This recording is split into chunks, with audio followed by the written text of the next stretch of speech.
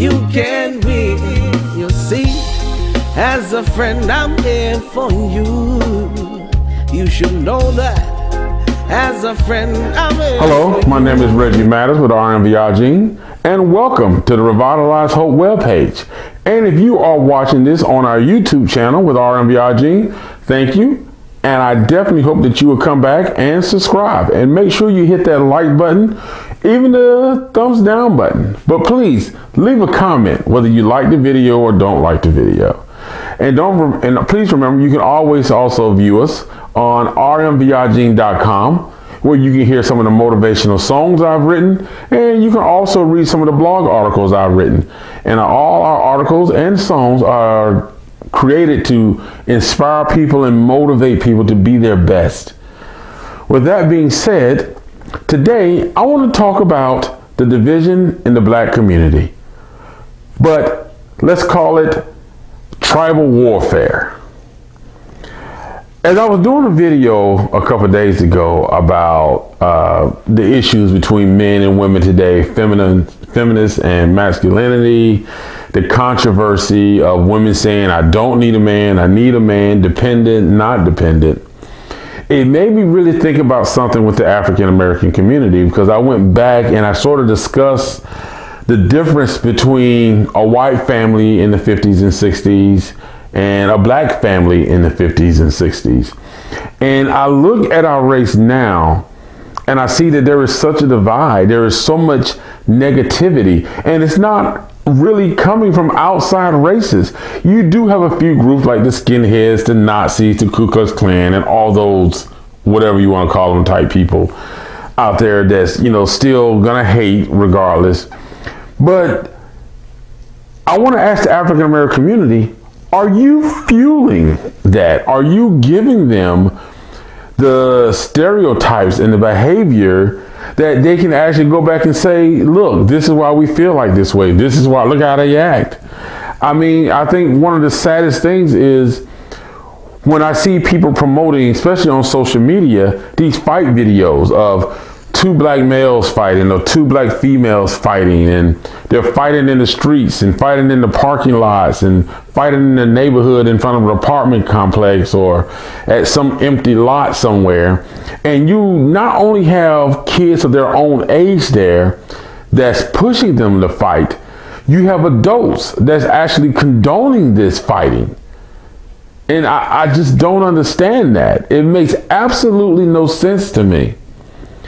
But besides that, the other thing is, as I was making the video and I was talking about the whole men versus women thing, I really came to the conclusion that, something just hit me pretty much. It was just an idea that I came up with. And I would love to have you drop some message down in the comment section. Let me know if you feel the same.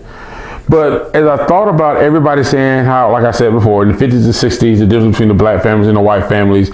But then when I thought about the black families in the 50s and 60s, I thought about the men who was going to work and they were actually trying to, provide for their families. Men wanted to give their wives and kids the same thing that white fathers was giving to their kids. They wanted to move into nice houses and nice homes and not be given second-rate, neighborhoods that they were forced to live in, that were with limited resources compared to, the white people neighborhood who was, more modernized. So as I thought about that, and I thought about the mindset of a man back then, they didn't want us in the schools. They didn't want us drinking from the same bathroom. Same bathrooms. They didn't want us using the same bathrooms. They didn't want us using the same sinks. They did not want us drinking from the same water fountains. So when stuff like that happened, I put myself in the mindset of a father. I'm a man. I have a wife and I got kids. And when I go to work, is someone going to come and attack my wife? Is my kids going to be okay going to school? Will they be okay at school? Are they going to get jumped coming home? Is somebody going to try to lynch them? So just imagine a father back then with that much worry going to work at a job to where he can't advance, he's underappreciated, and he's worked to death for little or nothing compared to what his white counterparts are making. And he's coming home beaten and drained because he had to accept this. Because he had to provide. Opportunities were so limited. So whatever opportunity you got, you had to accept any of the discrimination, the insults, the belittling, all that stuff. You had to just take it and hold it in until you got home. To where you had this wonderful wife, who she knows what you're going through. So she's trying to keep the kids at peace and deal with the stuff at home. And, you're bringing home money that can't cover everything. She wants to help out, but the man wants to feel like I'm the man. And, she's sort of stuck in the middle because she sees what the family needs. He knows what the family needs. So she wants to help provide for the kids, but she wants to help take care of her husband. And then, it's a struggle. The African American family has always had to struggle and fight. And that brought me to the point to where I said, well, you know what? I think the African American men just got tired. When you're fighting for something so long, and I know people are going to say, oh, you don't get tired. You know what? Yeah, you do get tired. You get tired and you get drained. Because when you're not getting something put back in you, because I believe a lot of African American women back then was having to pour so much of themselves into their husband to mend him and patch him up from the beating he took out in the world that she was drained. And it was difficult for them to replenish each other. And it was tough. So as time began to progress, the fighting was still going in the 70s. It was like, okay, bathroom, you can use the bathroom, you can use the sinks, we're going to start the segregation and all that stuff. But still it was rough because the opportunities were still not there. It was still a fight. It was still a struggle. And it just brought me to the point to where I thought, this is what I came up with, that black men and black women fought so hard that the black man was just tired. And you hear people saying it like, man, you hear older people saying this. When I was younger, my father would come home and he would just be like, huh, didn't say much. It was beaten out of him.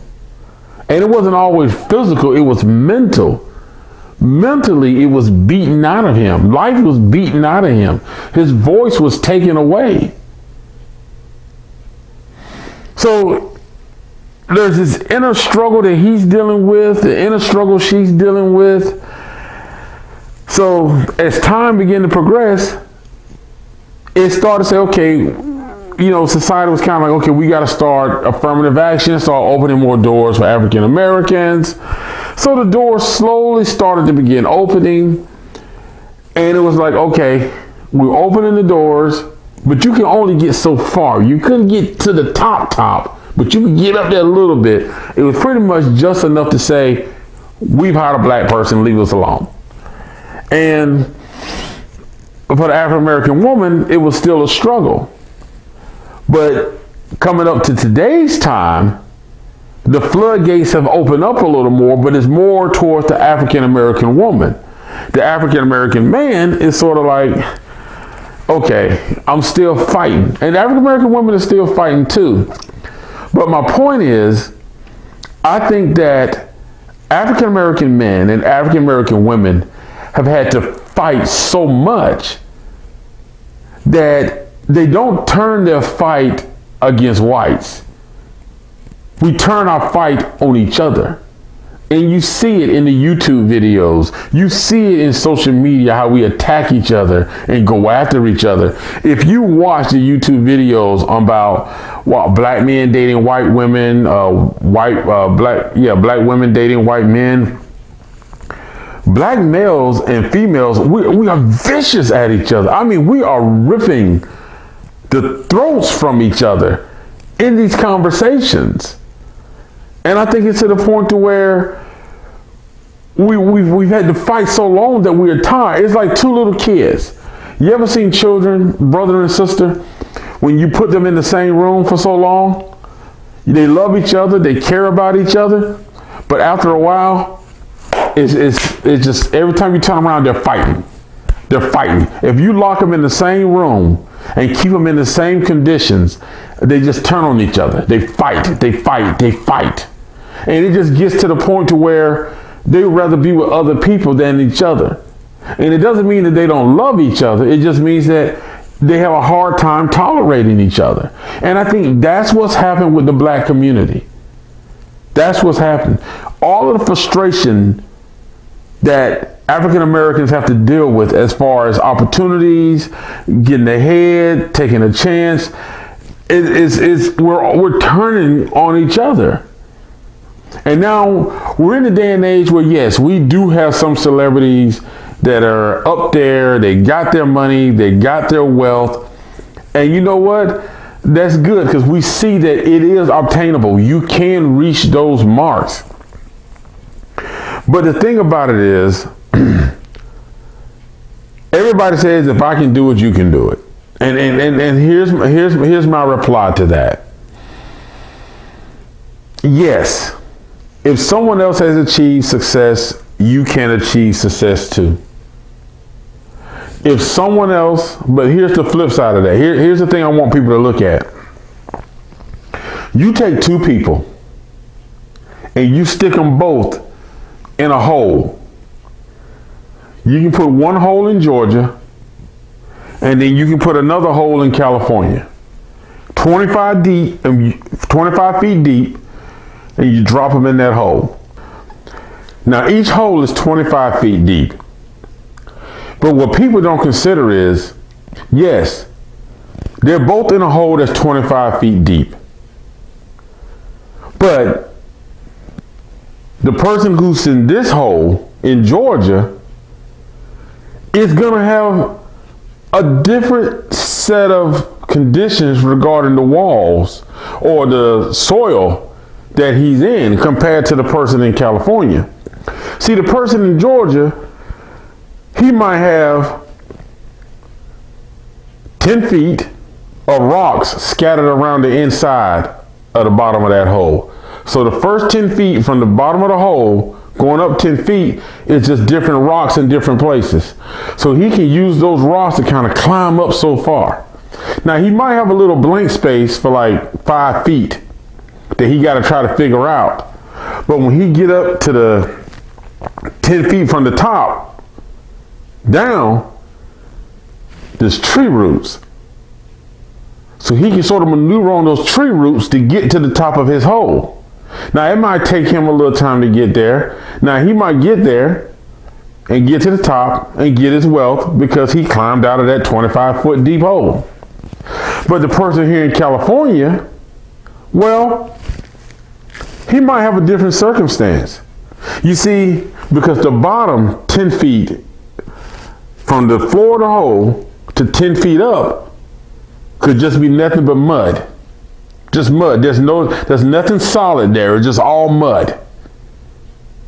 So it's going to take him a lot more time and a lot more energy to get up there, to dig up, to climb up. So when he gets to where it's like 5 feet above that 10 feet at the 15 feet level, he may have 5 feet like, okay, finally I got some rock. But you know what? He's tired. Because he's trying to climb over mud. That mud is not getting hard because it's wet. It's constantly getting wet. It's wet mud constantly. The deeper he digs in, the wetter it gets. So he's expending more energy. And he has to because of his circumstances inside his hole to get to that next level. So he gets to the stone. So he has a few stones at that 15 feet level. Then when he get from the top of the hole 10 feet down, he might have like a few more roots and branches or tree roots that he can grab onto or that's in the ground that he can kind of hold onto to pull himself up. But the difference is, it's probably going to take this person longer in California than it will in this person in Georgia. 2 holes Both holes are 25 feet deep, but the inside, the makeup of those holes on the inside is different. So this person, he might get to the hole a little quick and say, look, I did it, you can do it too. This person might get up and say, man, it's going to take him longer. So you can't always try to compare your circumstance to somebody else's circumstance. So the whole thing of, well, I did it, anybody else can do it. Well, you know what? Yeah, anybody can do it, but it may not be in the time frame that you think it is. So you can't judge another person's circumstance. But back to the point, I just want to make that point. I just really feel like African Americans are so frustrated with everything that we're frustrated with each other. You know, black women have been forced to really try to encourage their men and help and get an opportunity to do things. And I think that when the floodgate opened to where, okay, wow, black women, here's an opportunity, the black men were starting to fall behind and were sort of getting pushed out to make room for the black women. And in that process, a little bit of rivalry started, a little bit of confrontation. Okay, I'm having to take a backseat to her, and she's thinking, well, we've taken a backseat to you for years, and it should have been a way that we could have bridged that. We never truly united. We never truly came together. And like I said, I think it's that classic case of siblings locked in the same room for so long under the same conditions, and they just turned on each other, and that's what happened with the black race. That's why we're so divided right now, because we're lashing out at each other for all of the struggles that we've had to go through in our life. We're lashing out at each other. And we don't lash out at white people. And this is no offense. Like I said, I want to say this right now, make this clear. There are some absolutely wonderful white people out here. All white people are not bad. And I don't think blacks should ever try to say that, well, all white people are bad. No, they're not. There are some wonderful, loving, and caring white people in this world. And I know quite a few. And I am proud to say that I do. But I think that the African Americans, we just totally... we've turned in anger and frustration on each other. Look at what happens when there's an incident, say like the shootings of African American males that have taken place. For some reason, we seem to feel necessary to tear up our own neighborhood, destroy our own neighborhood. The stores in our neighborhood where we buy groceries, places where we bank at, places where we cash checks at, places where we shop at, we're destroying it. Even businesses that are black owned, we're destroying them. So we turn on each other, which, it doesn't make sense. But it's that frustration because we don't want to blacks don't want to turn on white people because the retaliation will be greater. When blacks turn on each other, there's really no, there's no real consequence. You know what I'm saying? It's like, okay, well, y'all are tearing stuff up. You're making the city look bad. We're going to have to come and get some of y'all. But if you were to go to a white neighborhood and tear some stuff up, which I'm not saying don't do that. What I'm saying is we turn on each other and we shouldn't. The time when we should be embracing each other and trying to support each other and uplift each other, we don't. So we're in the mindset now of black men, like, I don't want to deal with black women because black women are angry and black women are bitter and black women are mad, and black women are kind of like, well, there's no educated black men. There are no good black men in this world. They don't understand me. They're weak. And I'm a strong black woman. I'm an independent black woman. I don't need no weak man. So we're making these false accusations about each other because we're not angry at each other. We're angry at the struggle, but we're taking all the frustrations out on each other. And that's where we have to learn how to bridge that, how to deal with that frustration, how to deal with that anxiety from fighting so long. We got to find a way to mend that. Everybody's tired. Our race has been fighting for years. We have been fighting for so much for so long. Our ancestors fought for so much for so long. You know, we don't need to be throwing that stuff away. So we need to find a way to redirect all of that anger and frustration into a positive effort to end all of the negativity, end all the stereotyping, end all the bashing of each other on social media and all these other platforms. Because until we do that, it's going to stay the same. We're not really going to progress. We're always going to have limitations. And we're always going to be stuck with the fact that it just seems like we can't be that powerhouse business when we can. There should be more of us that are millionaires and billionaires that are not rappers, basketball players, or NFL players. But hey, I know you can do it. And I hope you like this message. I hope this message inspires you and motivates you and revitalizes hope in the fact that we are a people that can do great things, good things, positive, and we can live and work with any race, culture, gender, anybody. I'm Reggie Matters with RMVRG. Thank you for visiting the Revitalize Hope webpage. And like I said before, if you're on the YouTube channel, RMVRG, thank you for visiting us. And if you like this message, make sure you hit the subscribe button below so you can be notified when other videos are uploaded. And also, don't forget, check out the website, rmvrg.com, and check out those blog posts. You will definitely find the fact that there are some great articles on there that can probably help you and motivate you and inspire you. And as always, don't forget to revitalize hope in your life and make sure you look forward to revitalizing hope in somebody else's life. Thank you, and I'll see you next time. Glow of its rays, yeah, with a smile on my face. I'm floating on a cloud to win this race. You see, as a friend, I'm here for you. You see, as a friend, I'm here for you.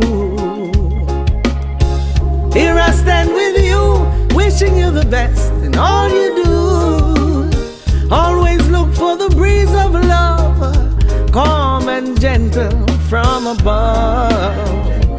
No, no, no, yeah. Ooh, yeah, yeah. Now I know some days you may feel blue, Lord. Trust in your greatness to see you through.